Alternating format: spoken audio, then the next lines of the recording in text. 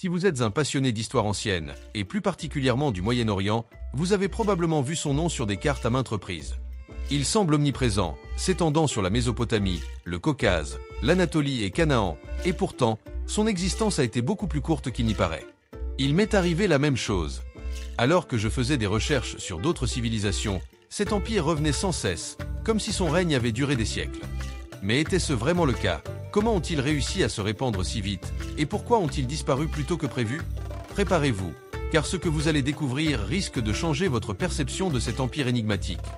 Mais en y regardant de plus près, j'ai constaté qu'ils n'ont pas existé assez longtemps pour être l'empire qu'ils étaient. Et ce n'est pas pour minimiser leur importance. Il s'agit plutôt de souligner qu'en si peu de temps, ils ont eu un impact si important sur l'histoire que même leurs voisins et les cultures d'outre-Méditerranée ont parlé d'eux. Rares sont ceux qui peuvent faire une chose pareille. Les Mèdes ont eu des problèmes parce qu'ils existaient à une époque où les empires étaient partout, et ils n'ont pas réalisé qu'il y avait une autre force à proximité qui finirait par dominer le Moyen-Orient, l'Empire perse.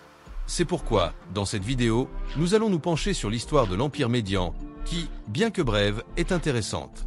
Si vous souhaitez ajouter quelque chose, corriger un fait ou dire quelque chose de différent, n'hésitez pas à le faire dans les commentaires. Maintenant, place à la vidéo. L'Empire Mède, également connu sous le nom de Mède, était un empire antique qui s'étendait sur la région habitée par les Mèdes, entre la mer Caspienne et les fleuves de Mésopotamie. Il fut ensuite conquis et rattaché à la Perse. Cet empire pose quelques problèmes aux chercheurs qui tentent de le décrire, car les preuves dont il dispose sont quelque peu douteuses. Il y a quelques découvertes archéologiques, quelques références dans les textes cunéiformes assyriens et babyloniens, l'inscription perse de Bestin, les ouvrages Les 9 livres de l'histoire de l'historien grec Hérodote d'Halicarnasse et Persica de Thésée de Cnido, ainsi que 2 chapitres de la Bible. On se rend ainsi compte que ce que l'on sait peut varier considérablement en fonction de l'historien et de la source. Bien que les frontières de la Médie n'aient jamais été tout à fait claires, son territoire correspondait à peu près au nord-ouest de l'Iran actuel. Sa capitale était Ecbatana, ce qui correspondrait à l'actuel Hamadan, et sa partie occidentale était dominée par les montagnes saintes, à la frontière sud de l'Élam et de la Perse. Dans l'ouest aride, la Compartie, et au nord, la Médie était séparée de la mer Caspienne et de l'Arménie par les monts Elburz. Si vous aimez mon histoire, aimez-la maintenant et aidez ce message à atteindre plus de gens. Créons ensemble une chaîne de connaissances. Le pays était, et est toujours, dominé par la route est-ouest connue au Moyen-Âge sous le nom de route de la soie. Cette route reliait la Médie à la Babylonie, à l'Assyrie, à l'Arménie et à la mer Méditerranée à l'ouest, et à la Compartia, à l'Aria, à la Bactriane, à la Sogdiane et à la Chine à l'est. Impressionnant, n'est-ce pas? Une autre route importante reliait Ecbatana aux capitales perses de Persépolis et de Pasargada. La Médie contrôlait le commerce est-ouest, mais était également riche en produits agricoles.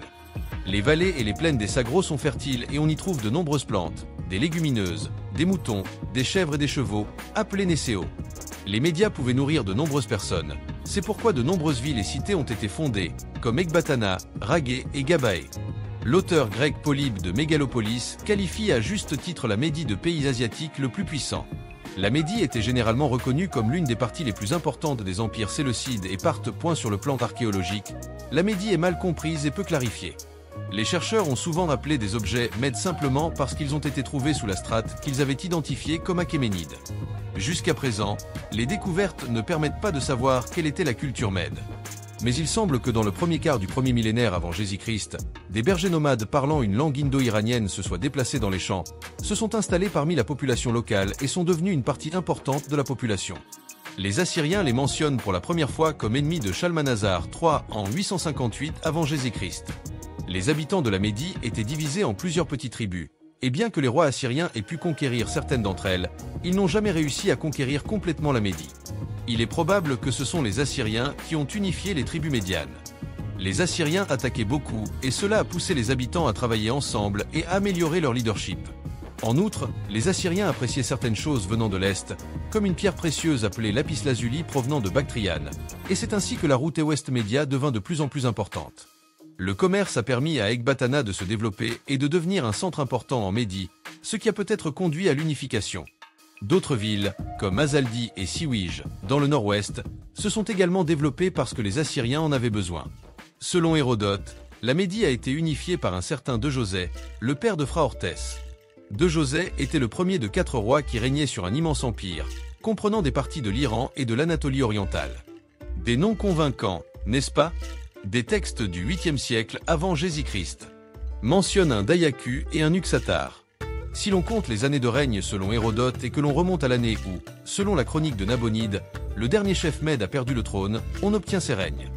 Dejose a régné 53 ans, de 701 à 647, Phrahort a régné 22 ans, de 647 à 625, et Astiage, de 585 à 550. Mais attention, cette chronologie pose plusieurs problèmes. Je vous ai dit au début que les sources ne sont pas toujours fiables à 100%. Regardez, par exemple, Thésée propose une autre liste de rois. De plus, les Dayaku et Uxatar qu'il a mentionnés plus haut ont vécu vers 715 avant Jésus-Christ. Et ce n'est pas tout, il s'avère que Dayaku a vécu près du lac Urmia, et non pas à Ecbatana. De plus, l'histoire de Dayaku ressemble étrangement à celle d'un mythe sur l'origine de la civilisation.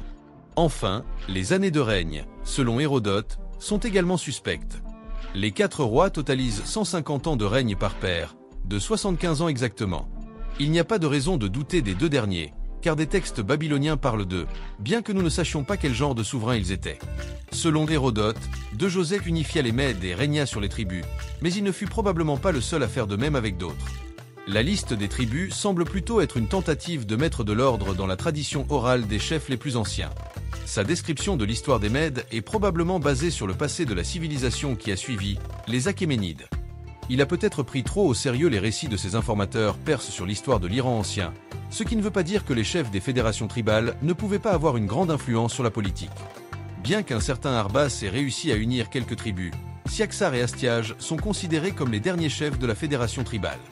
Selon la chronique de la chute de Ninive, Siaxar détruit le centre religieux assyrien Assur durant l'été 614 et, 2 ans plus tard, en alliance avec le babylonien Nabopolassar, il prend Ninive, la capitale assyrienne, marquant ainsi la fin de l'empire assyrien. Cela montre que Siaxar était plus qu'un simple chef de tribu, c'était un véritable roi, capable de lever une armée suffisamment puissante pour prendre une ville. Les Perses, les Arméniens, les Parthes et les Ariens ont probablement tous payé un tribut aux Mèdes. En bref, Siaxar contrôlait une grande partie de la route de la soie, étendait son royaume en Perse et en Arménie, qui a apparemment succombé après 609 avenue Jésus-Christ. On a entendu parler de Siaxar pour la dernière fois lors d'une bataille contre le roi Lirius Aliat le 30 mai 585, bien que certains disent que cette bataille n'a pas eu lieu en raison d'une éclipse de soleil que les 2 camps ont considérée comme un mauvais présage, de sorte qu'ils ont fait la paix et que les fils des rois rivaux se sont mariés. Avez-vous entendu parler de la bataille et de la prise d'Assur en 614 ? Il confirme les dires d'Hérodote, une histoire des plus intéressantes. Il s'avère que lorsqu'Astiage était roi, Hérodote raconte une histoire fantastique sur la façon dont il a perdu le trône et le royaume. Bien sûr, l'histoire semble trop belle pour être vraie. Mais il s'avère que le récit d'Hérodote est confirmé par la chronique de Nabonidu, qui dit que le roi perse Cyrus II le Grand a fait prisonnier Astiage et a mis à Sac-Équatana. Il est possible que la croissance de l'empire perse et le déclin de la Médie aient des raisons économiques plus profondes. Il semble qu'au VIe siècle avant Jésus-Christ, la Perse ait commencé à construire des tunnels pour acheminer l'eau de la mer vers les zones arides, ce qui lui a donné un avantage sur la Médie. Jésus-Christ, la Perse a commencé à construire des tunnels pour acheminer l'eau de la mer vers les régions sèches, ce qui lui a donné un avantage sur la Médie. Ce que l'on sait, c'est que Cyrus a pris le contrôle de l'Empire Mède, qui n'était pas très organisé, et qu'il s'est emparé de certains pays comme l'Arménie, la Cappadoce, la Parthie et l'Aria. Il les a probablement laissés aux mains de rois vassaux, les satrapes. En 547 avenue Jésus-Christ, Cyrus conquiert la Lydie, qui compte des cités grecques et cariennes dans l'ouest et le sud-ouest de l'Asie mineure. 8 ans plus tard, il conquiert Babylone et Cyrus découvre que les villes n'existent pas seulement pour être pillées par les nomades, comme Siaxar l'avait fait avec Ninive, mais qu'elles peuvent aussi faire partie de l'Empire. Le roi perse se construisit une ville qui lui était propre, Pasargada, et il n'est pas exagéré de dire que l'évolution finale d'une société tribale vers l'état primitif, qui avait déjà commencé en Médie, s'est achevée en Perse. Il s'est avéré que la Médie a fait partie de l'empire des Achéménides, ce qui a dû vraiment énerver les Mèdes, car ils se sont révoltés après la mort du successeur de Cyrus, Cambyse, en 522 avant Jésus-Christ. Son frère Bardiya, également connu sous le nom d'Esmerdise pour les Grecs, a été le successeur. Il annonce qu'il n'y aura pas d'impôts pendant 3 ans et choisit la forteresse Méda Sikayobati comme résidence. Les Perses sont très irrités et un parent éloigné d'Esmerdise, Darius Ier, aidé de 6 autres conspirateurs, tue le roi et devient le nouveau monarque. On peut lire cette histoire dans l'inscription de Bestin et dans l'œuvre d'Hérodote. Les 2 récits disent que le roi tué n'était pas vraiment Esmerdise, mais un imposteur appelé Gomata. Les magiens n'étaient pas seulement des spécialistes religieux, mais aussi une tribu mède, et comme la politique de Gomata favorisait les Mèdes, il est probable que Darius avait raison. bien que certains historiens affirment que l'histoire de Gomata est une invention de Darius pour accéder au trône. Quoi qu'il en soit, la mort du roi et l'ascension de Darius ont provoqué une série de révoltes dans presque toutes les provinces de l'Empire. À Babylone, un certain Nirintubel s'autoproclamait roi, et lorsque Darius se rend à Babylone pour régler l'affaire, un nouveau chef rebelle apparaît en Médie, Phrahorte, qui prétend être un descendant de Siaxarès. Sa rébellion s'étendit à la Zagartie, à la Parthie et à l'Hyrcanie, et il y eut également des soulèvements en Arménie, en Élam et en Perse. L'Arménie, l'Élam et la Perse semblaient devoir se soulever à leur tour, mais Phrahorte perdit face au général perse Hydarnès le 12 janvier 521 avenue Jésus-Christ. Bien qu'il ne s'agisse pas d'une victoire décisive, Phrahorte put conserver le pouvoir jusqu'à ce que Darius puisse s'occuper de lui personnellement. Le 8 mai, il vainquit les Mèdes à Kunduru. La victoire perse est totale. Phrahorte tenta de s'enfuir à Ragé, mais fut rattrapé et crucifié à Ecbatana. Un habitant de Zagartia nommé Tritantechme prétendit alors qu'il descendait lui aussi du roi Mède Siaxar et poursuivit la rébellion, mais il fut vaincu par le général de Darius, Takmaspada, et crucifié à Arvela. C'est la fin de la révolte Mède. Après tout cela, les Mèdes acceptèrent la domination perse. Ecbatana était l'une des résidences de Darius, et dans l'autre capitale, Persépoli, les Mèdes étaient toujours présentés comme les égaux des Perses. Dans le livre d'Esther, dans la Bible, il est dit « loi des Mèdes et des Perses ». Les Grecs utilisaient les noms des deux nations comme des synonymes, comme en témoignent les guerres médiques, une série de conflits entre les Perses et les Grecs. Après le coup d'état de Darius, Hydarnès est devenu le satrape de la Médie. Après cela, le pays a disparu des archives historiques. Les documents cunéiformes babyloniens ne sont pas très clairs à partir de 484 avant Jésus-Christ. Et il n'y a pas de documents assyriens. Les tablettes de Persépoli ne vont pas au-delà de 493. Le récit d'Hérodote se termine en 479 et d'autres auteurs grecs, comme Tessia ou Génophon, ne nous donnent pas beaucoup d'informations. De tous les rois achéménides, seul Darius a laissé une inscription historique. Les recherches archéologiques ne sont pas faciles non plus. Les rois Darius II et Artajerjes II ont laissé des inscriptions prouvant qu'ils s'intéressaient à cette résidence, mais on n'en sait pas plus. Média ne réapparaît pas dans l'histoire avant la guerre entre le Macédonien Alexandre le Grand et le Perse Darius III. Après avoir perdu la bataille de Gogamla en 331 avenue Jésus-Christ, Darius tenta de reconstituer son armée à Ecbatana, mais en 330 avenue Jésus-Christ, il dut fuir vers l'est et fut tué. Alexandre laisse d'abord le contrôle de la Macédoine à son général préféré, Parménion, mais celui-ci est également tué. Parménion et deux autres Macédoniens, Cytales et Cléandre, sont connus pour avoir attaqué les sanctuaires oriens. En 325 avant Jésus-Christ, un chef local nommé Variax se révolte contre les nouveaux dirigeants, mais sa rébellion est réprimée par le satrape d'Alexandre en Médie, Atropate. Pour rétablir l'ordre, Atropate doit également arrêter les deux Macédoniens, qui sont jugés coupables par Alexandre et probablement exécutés.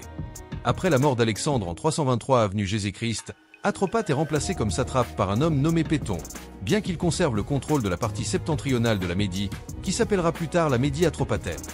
Après la guerre des Diacres, la Médie a été intégrée à l'empire de Séleuco-Prominicator, qui comprenait une partie de l'Anatolie et de la Syrie, toute la Mésopotamie, l'Iran, l'Afghanistan, une partie du Turkménistan, du Tadjikistan et du Baloutchistan pakistanais.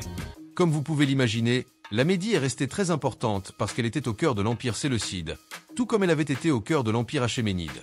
Vers le IIIe siècle avant Jésus-Christ, les Parniens nomades ont commencé à s'installer en partie, à l'est de la Médie, et ils sont devenus plus indépendants, jusqu'à s'appeler eux-mêmes Parthes, du nom de la région qu'ils venaient de conquérir. Le roi Mithridate Ier, le Grand, conquiert la Médie et traverse l'Agro pour conquérir toute la Mésopotamie. Pendant des siècles, la Médie fut le centre de l'empire parthe, même si ses capitales étaient Hécatombe en Parthie et Ctésiphon en Mésopotamie. Les rois parthes devaient toujours passer par la Médie, et nous connaissons des constructions parthes à Ecbatana, ainsi qu'à Kangabar et Bestu. Cela nous amène à la fin de la vidéo, où beaucoup d'entre nous ne parlent pas de la langue, de l'art, de la religion et ainsi de suite parce qu'il n'y a presque pas de traces de ces choses. Nous en savons plus sur leur expansion territoriale et sur certains de leurs rois, mais c'est à peu près tout. Ils ont beaucoup profité de leur position, car c'était l'endroit par lequel il fallait passer pour se rendre en Mésopotamie.